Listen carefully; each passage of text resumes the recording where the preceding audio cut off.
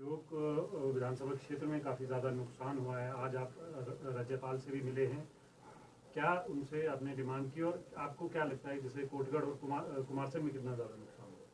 देखिए, यूँ तो पूरे देश में नुकसान हुआ है और हमारे प्रदेश में भी नुकसान हुआ है, और ख़ासकर हमारा जो ज़िला शिमला है वहाँ बहुत ज़्यादा नुकसान हुआ है। और मेरा जो चुनाव क्षेत्र है, क्योंकि काफ़ी दिनों से मैं वहाँ दौरे पे हूँ और मैं जो भी प्रभावित क्षेत्र है वहाँ स्वयं गया हूँ और मैंने जाकर देखा है कि बहुत ज़्यादा लोगों का नुकसान हुआ है। हमारे कई जगह पे जो मकान है वो ढह गए हैं। लोगों को रहने की हमने अस्थायी व्यवस्था की है। कुछ लोग ऐसे भवन हैं जो असुरक्षित डिक्लेयर हुए हैं, और वो लोग जो है अपने रिश्तेदारों के घरों में ठहरने के लिए मजबूर हैं। और हमारे जो सेब के बगीचे हैं वो कई जगह पर जो है बिल्कुल नष्ट हो गए। तो बहुत बुरी स्थिति है। और जो हमारे बागवान हैं वो बहुत ज़्यादा परेशान हैं, और जो हमारे सड़कें हैं वो भी अच्छे हालात में नहीं हैं। जो छोटे छोटे रोड हैं वो वॉश आउट हो गए। तो मैंने एक दिन नारकंडा में जो हमारे पंचायत के प्रतिनिधि हैं और हमारे जो ऑफिसर्स हैं उनकी बैठक की, और पिछले कल हमने ठियोग में जो हमारे पंचायतों के प्रतिनिधि हैं और हमारे जो ऑफिसर्स हैं उनकी हमने बैठक की। बीच में श्री जगत सिंह नेगी जी और रोहित ठाकुर जी भी आए थे। उन्होंने भी मेरे क्षेत्र का 4-5 पंचायतों का दौरा किया। उन्होंने भी परिस्थिति देखी, ये बहुत विकट है और मुझे लगता है कि बहुत ज़्यादा हमारा नुकसान हुआ है। हमने अधिकारियों को निर्देश दिए हैं कि जितनी जल्दी हो सके मार्ग खोलें। मार्ग खुल भी रहे हैं, लेकिन क्योंकि लगातार बरसात हो रही है, कई बार होता है कि रास्ता खुलता है फिर से रास्ता जो है बंद हो जाता है। जो प्रभावित परिवार है उनको भी सरकार की तरफ से जो उचित मुआवजा है वो दिया जा रहा है, और हमारा जो रेवेन्यू डिपार्टमेंट है वो पूरी रिपोर्ट इकट्ठी कर रहा है, और जो भी नुकसान हुआ है वो नुकसान की रिपोर्ट जो है सरकार को भेजेंगे। और हमें पूरी आशा है कि प्रदेश सरकार जो है जो भी प्रभावित हमारे किसान और बागवान हैं उनकी जो है मदद करेगी। आज मैं महामहिम राज्यपाल महोदय जी से भी मिला, और उनको भी मैंने जो हमारे क्षेत्र में नुकसान हुआ है मैंने उनको जानकारी दी, और उनसे भी मैंने अपील की कि वो अपने प्रभाव का इस्तेमाल करें और जो केंद्र सरकार है उनसे बात करें, ताकि हिमाचल के लिए जो है ज़्यादा से ज़्यादा राहत मिल सके। उन्होंने मुझे कहा कि वो ये मामला पूरा उनके संज्ञान में, उन्होंने केंद्र में बात की है, वो और भी केंद्र से बात करेंगे। और अभी कुछ अगस्त के पहले सप्ताह में नितिन गडकरी जी भी यहाँ आने वाले हैं। वो भी यहाँ देखेंगे नुकसान कितना हुआ है। और मुझे लगता है कि केंद्र सरकार को भी दिल खोलकर हिमाचल की इस आपदा में जो है मदद करनी चाहिए।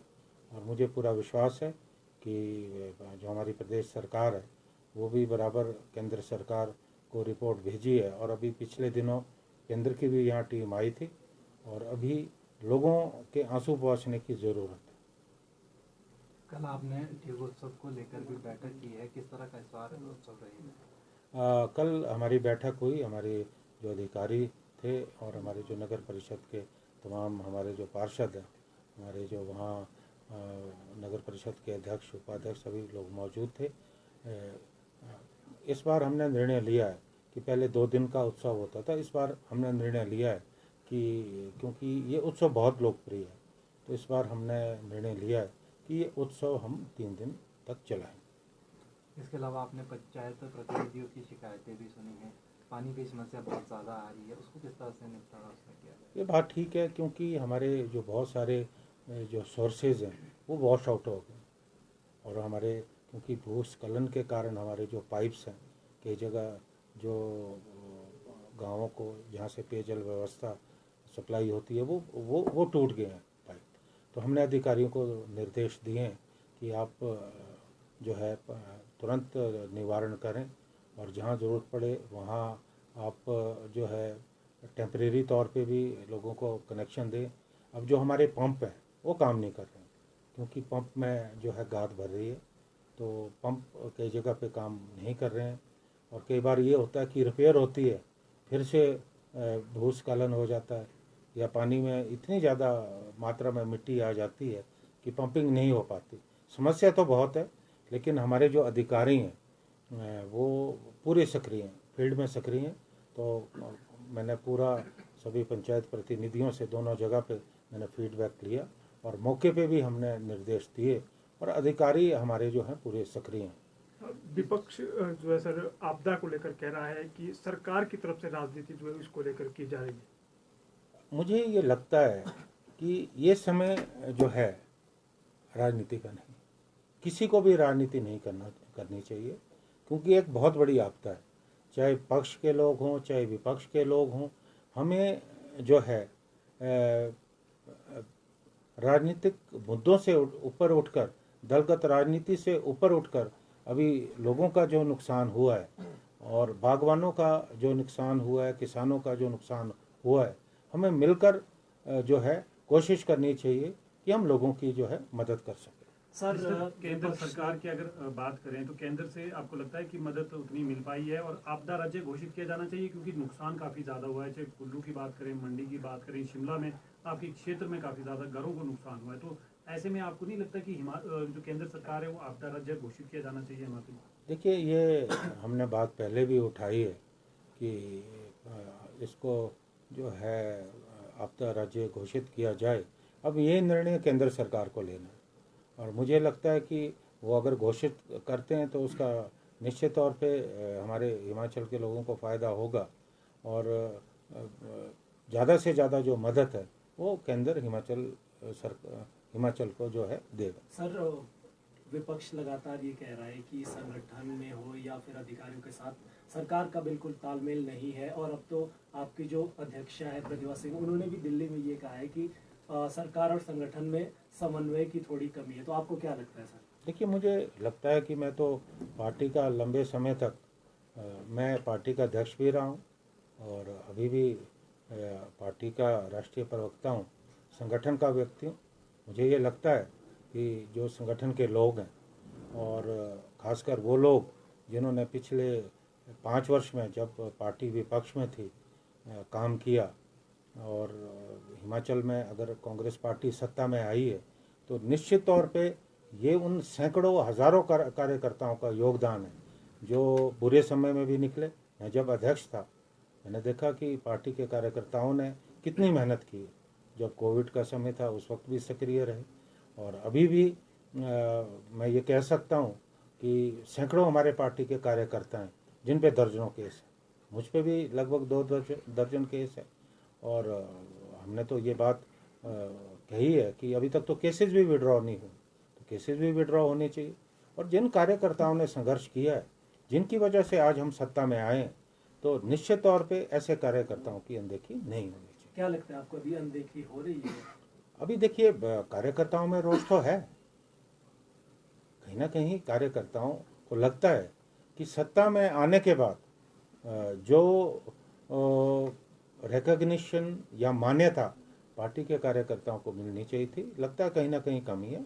और मुझे लगता है कि जो सरकार में बैठे लोग हैं, प्रदेश के मुख्यमंत्री हैं, वो इस विषय में जो है गंभीरता से विचार करें।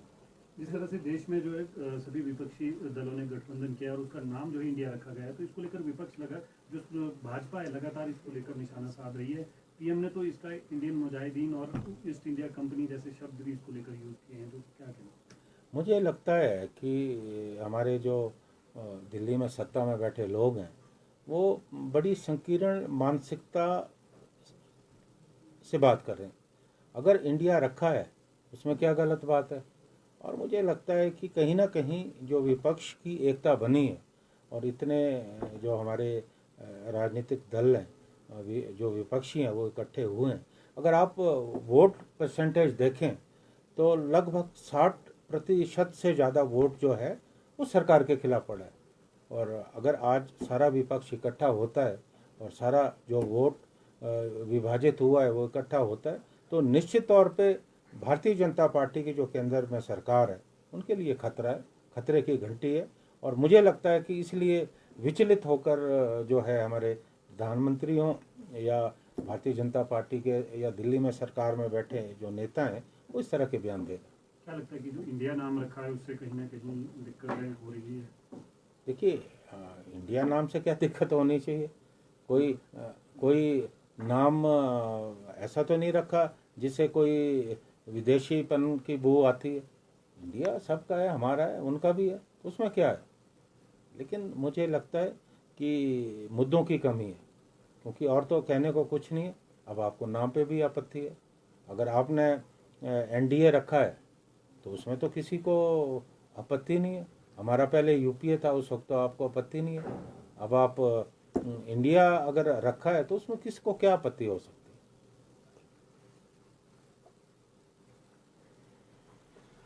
ठियोग विधानसभा क्षेत्र में काफ़ी ज़्यादा नुकसान हुआ है। आज आप राज्यपाल से भी मिले हैं, क्या उनसे आपने डिमांड की और आपको क्या लगता है जैसे कोटगढ़ और कुमारसैन में कितना ज़्यादा नुकसान हुआ? देखिए यूँ तो पूरे देश में नुकसान हुआ है और हमारे प्रदेश में भी नुकसान हुआ है, और ख़ासकर हमारा जो ज़िला शिमला है वहाँ बहुत ज़्यादा नुकसान हुआ है। और मेरा जो चुनाव क्षेत्र है, क्योंकि काफ़ी दिनों से मैं वहाँ दौरे पे हूँ और मैं जो भी प्रभावित क्षेत्र है वहाँ स्वयं गया हूँ और मैंने जाकर देखा है कि बहुत ज़्यादा लोगों का नुकसान हुआ है। हमारे कई जगह पे जो मकान है वो ढह गए हैं। लोगों को रहने की हमने अस्थायी व्यवस्था की है। कुछ लोग ऐसे भवन हैं जो असुरक्षित डिक्लेयर हुए हैं और वो लोग जो है अपने रिश्तेदारों के घरों में ठहरने के लिए मजबूर हैं। और हमारे जो सेब के बगीचे हैं वो कई जगह पर जो है बिल्कुल नष्ट हो गए। तो बहुत बुरी स्थिति है। और जो हमारे बागवान हैं वो बहुत ज़्यादा परेशान है।